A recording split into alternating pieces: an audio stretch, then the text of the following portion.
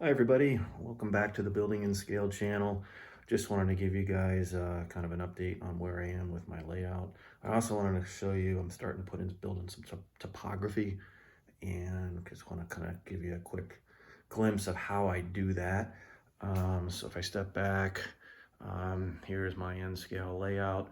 All the track is down, and you can see I'm starting to put in some topography, which is basically some, I would say, gentle rolling hills with earth cuts for the track roadway alignments through those hills, or following the contour of those hills. So basically, I just have a very simple loop. These two turnouts are going off into what will be a yard. I think this one is going to lead to an engine repair shop that I'm currently building. I think it's episode 10 where I showed you I received that kit in the mail, and I've been building that. More to come on that later. Not sure what this one is going to do yet, but I think the gray footprint here is basically going to be kind of a BNSF yard. My layout is kind of a Midwestern United States, kind of Nebraska, where you have some hills, but they're kind of very mild, very gentle, and a lot of flat terrain as well. Over here on the right side will be more of I guess, a hamlet with perhaps like a county road and some streets, if you will, with some residences and miscellaneous businesses kind of over in here. And then there's a crossing that my engine is blocking that's going to lead to this more main road state highway going left to right here.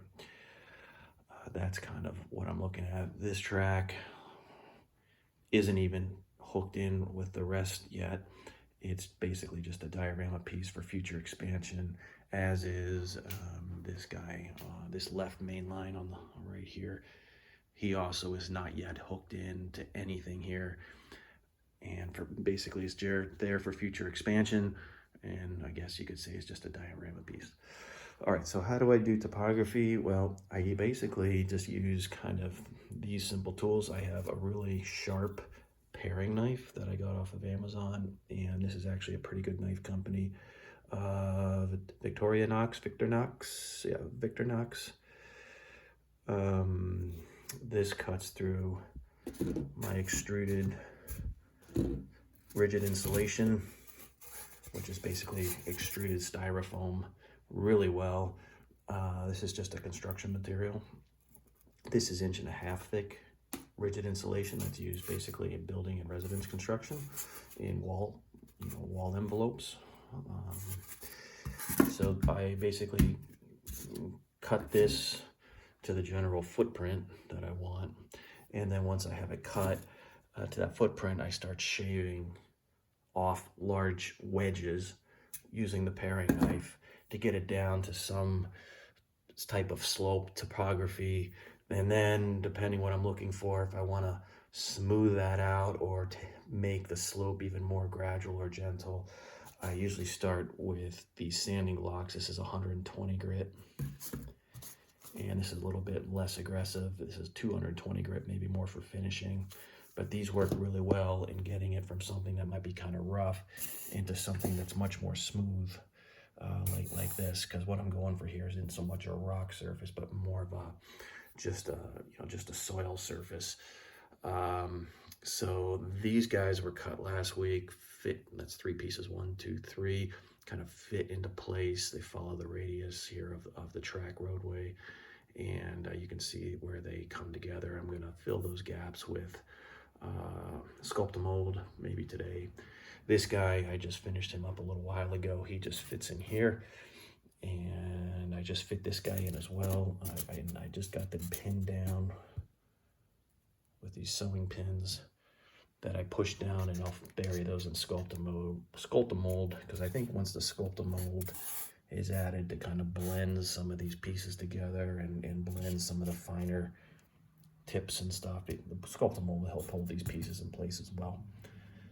So so what you get here is kind of an excavation cut look for these two main lines through what was, this hill. And the same thing over here.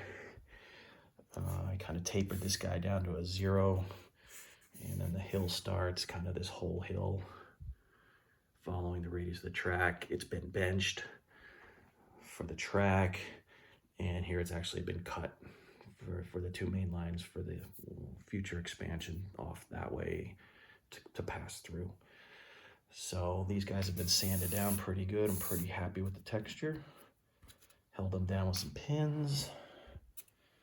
I think they're on there pretty good. I'll add some more, and then once I paint and add some Sculptamold, that will really fasten them down to my foam. This is 1.5 inches. This material right here is what I am using for the working surface backing board of the whole layout. This is 1.5 inches thick extruded polystyrene foam or rigid insulation. So things bond to this pretty well. So another thing you can use to shape the styrofoam to the contour you're looking for, and much more aggressively, get there a little bit faster, is a rasp.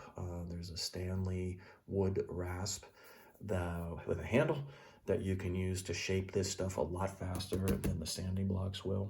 It takes off a lot of material very quickly, and it makes a mess because you get all these tiny little shavings that you have to clean up. So I try to cut off as much material as I need to with the paring knife, like slicing, and then I get to where I'm happy, and then I'll just come in and use the sanding block to really get it to the shape and texture that I'm looking for. So that's where we're at. Next step is fastening these down. Then I'm going to use some Sculptamold to really blend in these perimeters more gently into the rest of the contour. I'm going to use some Sculptamold along here because this roadway doesn't, this is just a very abrupt edge that needs to be blended in. So those are the next steps. I think I'm also going to add a large piece to kind of fill in right here, a gentle hill, like the continuation of this hill down to 0, kind of roughly right in here. So that's where we're at with the layout. Moving on to topography, and starting to paint that topography, or at least put down the base coat. This is just the base color. Once I get the piece sanded to the texture I want, fastened down, this is just a latex paint. This is the same color as I have on the working surface of the layout. So now the Sculptamold will be used to hide these seams, blend in some of this as well where these meet my Woodland Scenics incline. So, all right, that's all we got for today. Hope you guys enjoyed that, and thanks for watching.